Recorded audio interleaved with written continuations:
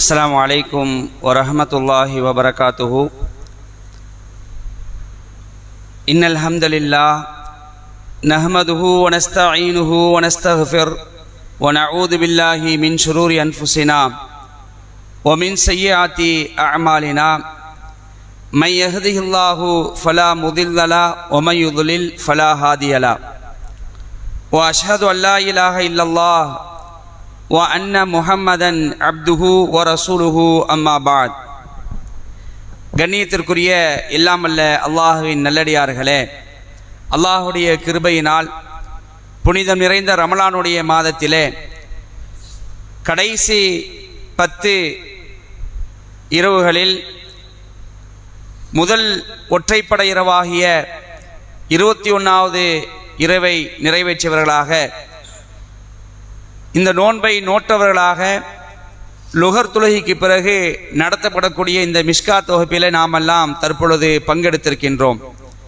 இந்த வாய்ப்பை நமக்கு ஏற்படுத்தி தந்த அல்லாஹுக்கே புகழ் அனைத்தும் என்று அல்லாஹை போற்றி புகழ்ந்தவனாக இந்த சிறிய உரையை ஆரம்பம் செய்கின்றேன்.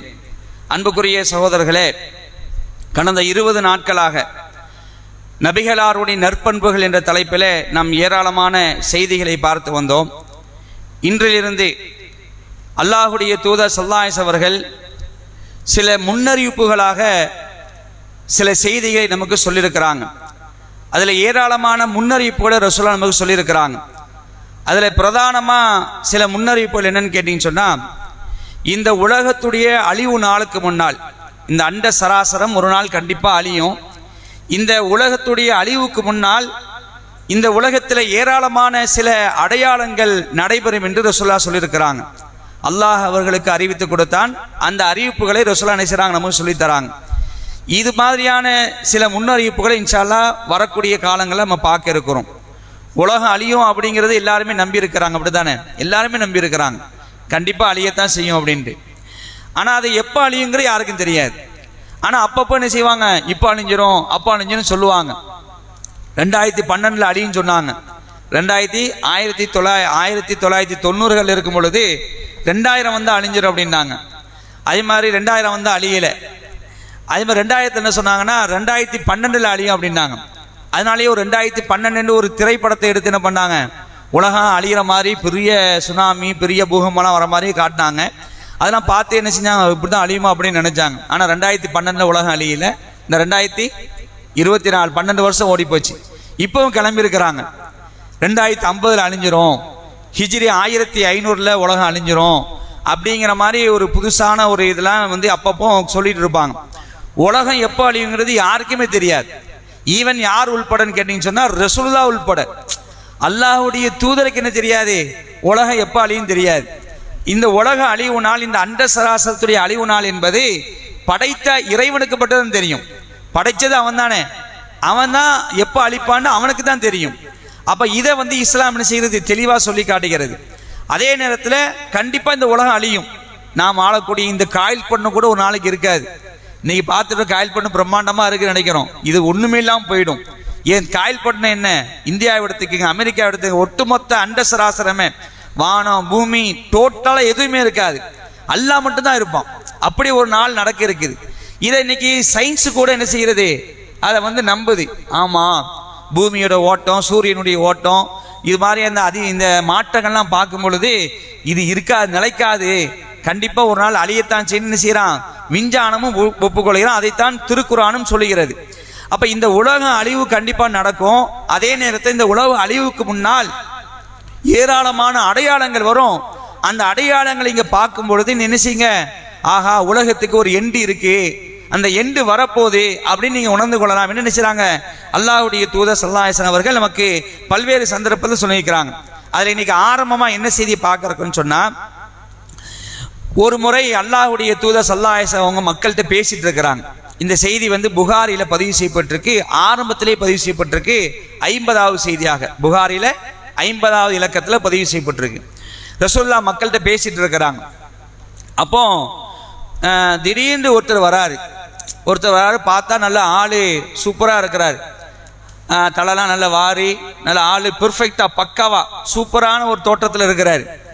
ஆனால் அவர் லோக்கலில் உள்ள ஆள் மாதிரி தெரியல. சஹாபாக்கு அந்த செய்தி சொல்லி காட்டுறாங்க, அவங்க இந்த ஊரை சேர்ந்த மாதிரிலாம் தெரியல, ஆனால் வெளியூரில் உள்ளவர் தான் போல அப்படின்ற மாதிரி நினச்சிக்கிட்டு நேராக வந்து ரசூல்லா பக்கத்தில் வந்து உட்காடுறாங்க. எப்படி உட்காடுறாங்கன்னா, ரசூல்லா முட்டி போட்டு கீழே உட்கார்ந்துருக்கிறாங்க. அவர் வரவர் என்ன பண்ணுறாரு, நேராக ரசூல்லாவுடைய முட்டுக்கு பக்கத்தில் வந்து என்ன செய்கிறார், அவரும் வந்து உட்கார்ந்துறார்.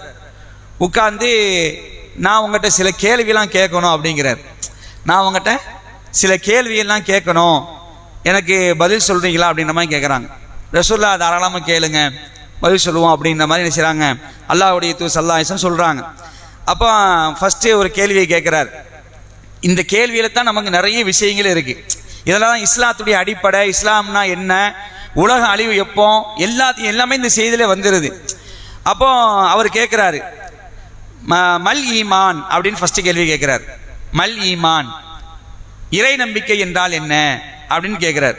அப்போ ரசூலுல்லாஹ் சொல்கிறாங்க, ஈமான் என்றால் அன் துமினு பில்லாஹி ஒ மலாயிகத்திஹி ஒ குத்துபிஹி ஒபிலிகாயிஹி ஒ ருசுலிஹி ஒ துய்மினு பில் பாசி. ஈமான் என்பது அல்லாஹையும் அவனுடைய வானவர்களையும் அவனுடைய சந்திப்பையும் அவனுடைய தூதர்களையும் நீர் நம்புவதும் மேலும் மரணத்துக்கு பின் எழுப்பப்படுவதையும் நீர் நம்புவதும் என்று ரசூலுல்லாஹ் சொல்றாங்க. அழகா பதில் சொல்லிட்டாங்க. ஃபர்ஸ்ட் கேள்விக்கு பதில் சொல்றாங்க. இப்ப ஈமான் என்றால் சில ரிவாயத்தில் 6 விஷயங்கள் வரும். என்னெல்லாம் சொல்லுங்க பார்க்கலாம். ஆமன்து பில்லாஹி ஒ மலாயிகத்திஹி ஒ குத்துபிஹி ஒ ருசுலிஹி ஒல் யௌமில் ஆஹிரி ஒல் கதிரி ஹைரிஹி ஒ ஷர்ரிஹி மினல்லாஹி தஆலா. அதான் 6 விஷயம் வரும். அல்லாஹ்வை நம்புவது, மலக்குமாரை நம்புவது, தூதர்களை நம்புவது, வேதங்களை நம்புவது, விதியை நம்புவது, மறுமை நாளை நம்புவது. 6. இப்படி வேற ரிவாயத்தில் வரும். இந்த இடத்துல சொல்றாங்க, இப்படி பதில் சொல்றாங்க. அடுத்தவர் உடல இன்னொரு கேள்வி கேட்கிறார். மல் இஸ்லாம் அப்படின்னு கேட்கிறார். அடுத்த கேள்வி, மல் இஸ்லாம், இஸ்லாம்னா என்ன அப்படின்னு கேட்குறாங்க. அப்போ ரசூலுல்லாஹ் சொல்றாங்க, அன் தஅபுதுல்லாஹ் வலா துஷ்ரிக பிஹி ஷைஆ வ துகீமு ஸலா வ துஉது ஸக்கா, அதே மாதிரி தஸ்முல் ரமலான், இப்படி என்ன செய்யறாங்க ரசூலுல்லாஹ் பதில் சொல்றாங்க. அடுத்தது, இஸ்லாம் என்பது அல்லாஹ்வுக்கு எதையுமே நீர் இணையாக கருதக்கூடாது. இஸ்லாம்னா என்னன்னா, அல்லாஹ்வை தான் வணங்கணும், அல்லாஹ்வை தவிர வேறு யாரையும் செய்யக்கூடாது, அல்லாஹ்வுக்கு எதையுமே இணையாக்க கூடாது. அதே மாதிரி தொழுகையை நிலைநிறுத்துவது, இஸ்லாம் என்றால் தொழுகையை நிலைநிறுத்துவது, கடமையாக்கப்பட்ட ஜக்காத்தை நீர் வழங்குவது, ரமலான் மாதம் நோன்பு நோற்பதாகும் அப்படின்னு செய்யறாங்க ரசூலுல்லாஹ். இப்படி பதில் சொல்றாங்க. இஸ்லாம் என்றால் என்ன, இன்னொரு ரிவாயத்தில் வரும் 5 விஷயம். புனியல் இஸ்லாம் அலல் ஹம்ஸ் அப்படி ரசூலுல்லாஹ் சொல்றாங்க. இஸ்லாம் 5 தூண்களால் நிறுவப்பட்டுள்ளது. ஷஹாதத்து அல்லாஹ் இலாஹ இல்லல்லாஹ் வ அன்ன முஹம்மது ரசூலுல்லாஹ், அல்லாஹ் தான் இறைவன், அவனை தவிர வேறு யாரும் இல்லை என்றும் முகமது அவர்கள் அல்லாஹ்வுடைய தூதர் ஆவார்கள் என்று உறுதியாக நம்புவது இஸ்லாத்துடைய ஃபர்ஸ்ட் அடிப்படை. அப்புறம் என்னது, இகாமத்தி ஸலா தொழுகை நிலைநாட்டுவது, ஈதா இஸ் ஜக்கா ஜகாத் கொடுப்பது, ஒ சௌமு ரமலான் ரமலான் மாசத்துல நோன்பு வைப்பது, ஒல் ஹஜ்ஜி ஹஜ்ஜியை நிறைவேற்றுவது அப்படிங்கிறாங்க ரசூலுல்லாஹ் வேற சந்தர்ப்பத்தில். அப்ப இங்கே என்ன செய்யறாங்க, அந்த ஹஜ்ஜை சொல்லலை, இப்படி பதில் சொல்றாங்க. இதுதான் இஸ்லாம் அப்படின்னு சொல்லி முடிக்கிறாங்க. அடுத்தது 3வது கேள்வி கேட்கிறார். அவர் உடல 3வது கேள்வி கேட்கிறார். என்ன கேட்கிறாருன்னா, மல் இஹ்சான் அப்படின்னு கேட்கிறார். இஹ்சான் என்றால் என்ன அப்படின்னு கேட்கிறாங்க. அப்ப ரசூலுல்லாஹ் சொல்றாங்க, அன் தஅபுதுல்லாஹ கஅன்னக தராஹு ஃபஇல்லம் தகுன் தராஹு ஃபஇன்னஹு யராக். அதாவது இஹ்சான் என்றால் என்ன என்று அவர் கேட்டதுக்கு ரசூலுல்லாஹ் பதில் சொல்றாங்க, இஹ்சான் என்றால் அல்லாஹ்வை நேரில் காண்பதை போன்று நீர் வணங்குவதாகும். நம்ம தொழுகையில் நிற்கிறோம்ல, தொழுகையில் நிற்கும் பொழுது நம்ம யாரை பார்த்து வணங்குறோம், அல்லாஹ்வை பார்த்து வணங்கணும். ரசூலுல்லாஹ் எப்படி சொல்றாங்க, நீங்க தொழுகும் போதோ வணங்கும் பொழுதோ நீங்கள் அல்லாஹ்வை பார்ப்பது போல் வணங்குவது. ஆனா நம்ம அல்லாஹ்வை பார்க்கிறோமா, அல்லாஹ்வை பார்க்கல. நீங்கள் அல்லாஹ்வை பார்க்காவிட்டாலும் அல்லாஹ் உங்களை பார்த்து கொண்டிருக்கிறான் என்ற எண்ணத்தில் வணங்குவதுதான் இஹ்சான். என்ன செய்றாங்க ரசூலுல்லாஹ், அதுக்கு அல்லாஹ்வுடைய தூதர் ஸல்லல்லாஹு அலைஹி வஸல்லம் பதில் சொல்றாங்க. உடலை எத்தனை கேள்வி கேட்டிருக்கிறாரு, 3 கேள்வி கேட்டிருக்காரு. அடுத்தது கேட்கிறாரு, மறுமை நாள் எப்போ வரும் அப்படின்னு கேட்கிறாரு. மறுமை நாள் எப்போ வரும் கேட்குறாங்க. இப்போதான் ரசூலுல்லாஹ்க்கு பொறி தட்டுது. ஆஹா, வந்திருக்கிறவரு கொஞ்சம் டேஞ்சரான கேள்வியை கேட்குறாங்க. அப்போ வந்திருக்கிறவர் யாருன்னு ரசூலுல்லாஹ்க்கு தெரிஞ்சு போச்சு. அப்போ ரசூலுல்லாஹ் சொல்றாங்க, மறுமை நாள் எப்போ வரும்னு கேட்குறீங்களா, மறுமை நாள் எப்போ வருங்கிற பதிலை எனக்கு விட கேட்கக்கூடிய உங்களுக்கு நல்லாவே தெரியும் அப்படிங்கிற மாதிரி ஒரு பதில் அடிக்கிறாங்க. அது எனக்கு தெரியாது, ஆனா மறுமை நாளுக்கு முன்னாடி உள்ள சில அடையாளங்களை வேணா நான் சொல்றேன் அப்படிங்கிறாங்க. அப்பதான் ரசூலுல்லாஹ் என்ன செய்றாங்கன்னா சில அடையாளங்கள் சொல்லி காட்டுறாங்க. அதுல ஒரு அடையாளம் என்ன சொல்றாங்கன்னா, பெற்றெடுத்த எஜமானியை அவளுடைய மகளே வந்து பராமரிக்கக்கூடிய, தன்னுடைய மகள் தாயை வந்து பெற்றெடுப்பாள், ஒரு மகள் தன்னுடைய தாயை பெற்றெடுப்பாள், அப்படி ஒரு காலம் வரும், அதுதான் மறுமை நாளுடைய அடையாளம் அப்படிங்கிறாங்க. விளங்குதா உங்களுக்கு? அதாவது தாயை மகள் பெற்றெடுப்பாள் அப்படிங்கிறாங்க. இப்ப என்ன அர்த்தம் சொன்னா, அதாவது பெற்றெடுத்த தாயை யார் கவனிக்கணும்? யார் கவனிக்கணும்? மகன் தான் கவனிக்கணும், மகன் தான் கவனிக்கணும். ஆனா அப்படி ஒரு நிலை இருக்காது. ஒரு நாள் ஒன்று வரும், மகள்களிடத்துல தான் பெரும்பாலான தாய்கள் வந்து தஞ்சத்தில் இருப்பாங்க அப்படிங்கிறாங்க. மகன்கள் கை விட்டுருவாங்க, யார் பராமரிப்பா? தாயை வந்து மகள்கள் வந்து பார்க்கக்கூடிய நிலை வரும். இன்னைக்கு அதை பார்க்குறோமா இல்லையா? இன்னைக்கு பார்க்குறோம். இன்னைக்கு ஏராளமான மகன்கள் என்ன செய்யறாங்க, தாயை வந்து கைவிட்டுறாங்க. அந்த தாயை பராமரிக்கக்கூடிய ஒரு நிலையில யார் இருக்கிறா? மகள் தான் இன்னைக்கு பார்த்துட்டு இருக்கிறாங்க. அப்ப ரசூலுல்லாஹ் இந்த செய்றாங்க, ஒரு எஜமானியை மகள் பெற்றெடுப்பாளுங்கிறாங்க, தாயை மகள் பராமரிச்சுட்டு வருவா. இப்படி ஒரு நாள் வந்துச்சுன்னா அது என்னது? மறுமை நாளுடைய அடையாளம் அப்படின்ட்டு கேட்குறாங்க. கேட்டு முடிச்சுட்டு போயிடுறாங்க. போனதுக்கப்புறம் சஹாபாக்கள் சொல்றாங்க, அதாவது என்ன யார் சொல்ல, யார் வந்தா இந்த மாதிரிலாம் அடுக்கடுக்கான கேள்விலாம் கேட்டுட்டு போறாங்களே யார் அப்படின்னு சொன்னோன்னா, அப்போ ரசூலுல்லாஹ் சொல்றாங்க, வந்தது வேற யாரும் கிடையாது, வானவருடைய தலைவர் ஜிப்ரீல் தான் அல்லாஹ் அனுப்பியிருக்கிறான்.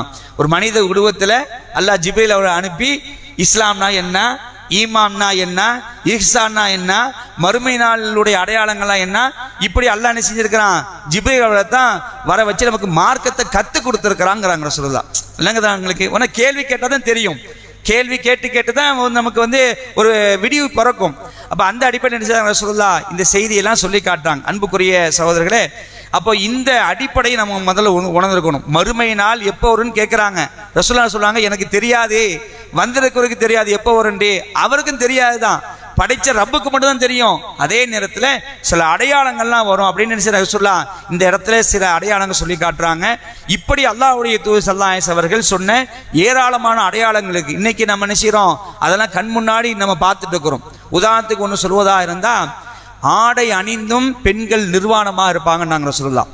ஆடை அணிந்தும் பெண்கள் நிர்வாணமாக தான் இருப்பாங்க. அப்படி ஒரு காலம் வந்துச்சுன்னா நீங்கள் என்ன செய்யுங்க, யுக முடிவு நாளை நீங்கள் எதிர்பாருங்கன்னாங்க. இதெல்லாம் சிறிய அடையாளத்தில் உள்ளது. மிகப்பெரிய அடையாளங்கள் இருக்குது. அது வந்துச்சுன்னா அடுத்தது உலக அழிவு தான். ஒரு பெரிய அடையாளம் வந்துட்டா வைங்களேன், அடுத்து டக்கு டக்கு டக்குன்னு எல்லா அடையாளம் வந்துடும். ஆனால் அது இன்னும் வரலை. அதற்கு முன்னாடி ரசூலுல்லாஹ் சொன்ன சில அடையாளங்கள் இன்னைக்கு நாம வாழக்கூடிய காலத்திலையும் செஞ்சிருக்கு. பார்க்கக்கூடிய காட்சியை பார்க்க அதை தான் ரசூலுல்லாஹ் சொன்னாங்க, பெண்கள் ஆடை அணிந்து நிர்வாணமாக இருப்பாங்க. இன்னைக்கு அதை பார்க்குறோம், கண்கூடா பார்க்குறோம். அல்லாஹ் நம்மளை காப்பாற்றணும்.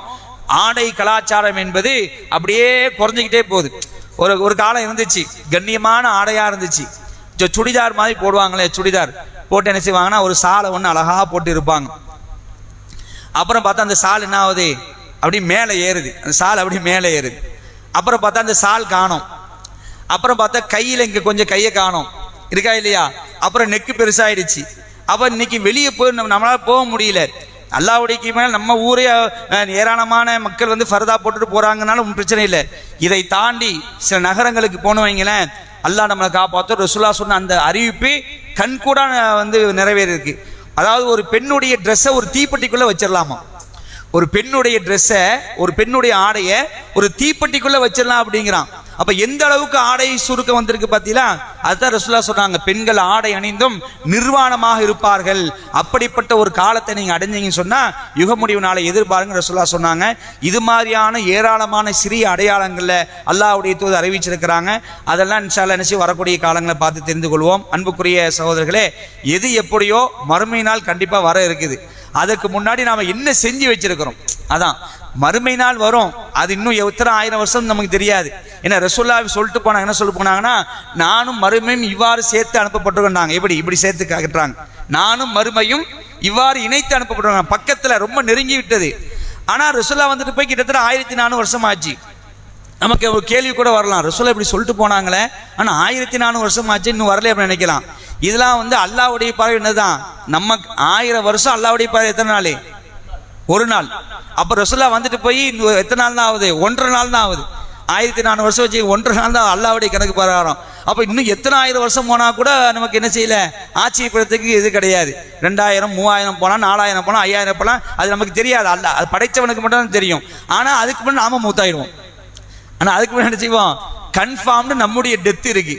அது எப்போ தெரியாது, அது குறுகிய காலத்தில் கூட வந்துடலாம். அப்போ அதுக்கு முன்னாடி நம்ம மனுஷன் இன்ஷால்லா நம்முடைய செயல்பாடுகளை சீரமைத்து மார்க்கத்துக்கு ஒத்ததாக அமைத்து அல்லாஹ்வுடைய தூதருடைய சொல்களையும் கேட்டு கட்டுப்பட்டு உண்மை முஸ்லிம்களாக வாழ்ந்து உண்மை முஸ்லிம்களாக மரணிக்கக்கூடிய இந்த பாக்கியத்தை அல்லாஹ் நமக்கு தரணும் என்று அல்லாஹ்விடத்தில் பிரார்த்தித்தவனாக இந்த அமர்வை முடித்துக் கொள்கின்றேன். அன்புக்குரிய சகோதரர்களே, இன்றைய கேள்வி,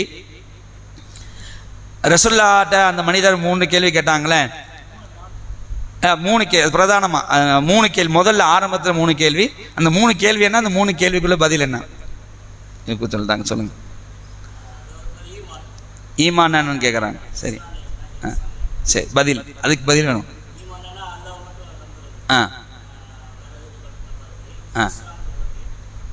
இல்லை, நான் 6 சொல்லணும். அந்த ரசூலுல்லா 6ங்கிற வேற விவாதத்தில் சொன்னேன். இந்த இடத்துல ரசூலுல்லா சொன்னது சொல்லணும். ம் ம் ம் ம்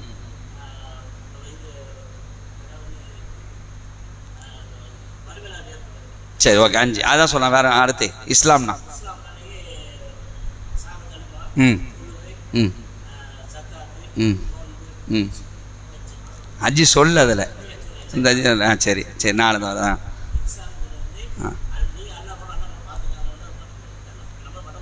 ஆ சரி, அப்படி வணங்க தான் ஈசா. மாஷா சரியாக சொல்லிட்டாங்க. பதில் லத்தீஃப் இன்ஷா அல்லாஹ்.